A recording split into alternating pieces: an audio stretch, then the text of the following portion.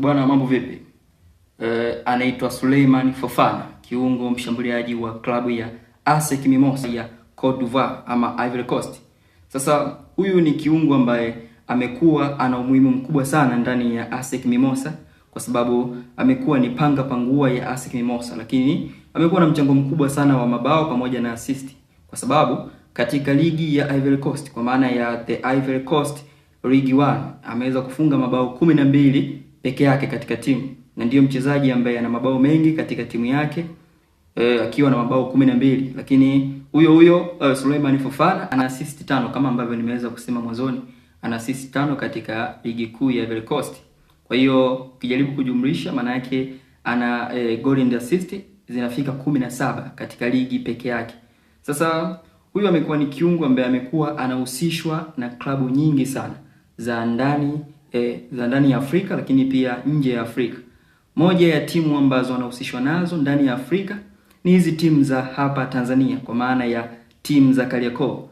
Na ni ukweli kabisa, timu za Simba na Yanga ni timu ambazo zimeulizia upatikanaji wa huyu mchezaji, kwa maana ya Souleymane Fofana, wakimuhitaji. Wote wamemuhitaji kwa wakati wao. Walianza Young Africans, baadaye wakafuata Simba Sports Club kwa kuulizia upatikanaji wa huyu mchezaji, lakini bado hawajapewa majibu ya moja kwa moja ni kwa namna gani ambavyo wanaweza wakampata.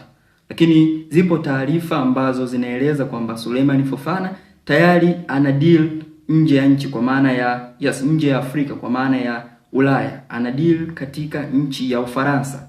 Sasa timu ambayo inamhitaji ni timu ya Aneas, timu ambayo imeshamwekea donge nono kwa ajili ya kuinasa saini yake.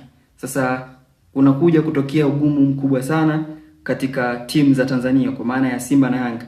Kwa nini? Kwa sababu kiwango cha fedha ambacho mimi naamini wanaweza kakiweka kitakuwa ni kidogo, lakini ukilinganisha na umri wa Souleymane Fofana, kwa sababu ni kiungo ambaye ana umri wa miaka 19 pekee, hivyo ndoto zake zitakuwa ni kucheza nje ya Afrika. Kwa hiyo binafsi naamini ni deal ambalo litakuwa ni gumu. Kwa hiyo tunaweza tukasema deal haliwezi likakamilika kiurahisi, kwa sababu ya kwa kawaida ndoto za mchezaji wa Kiafrika akipata deal nje ya nchi kama Ufaransa, inakuwa ni rahisi kujiunga na mataifa kama hayo.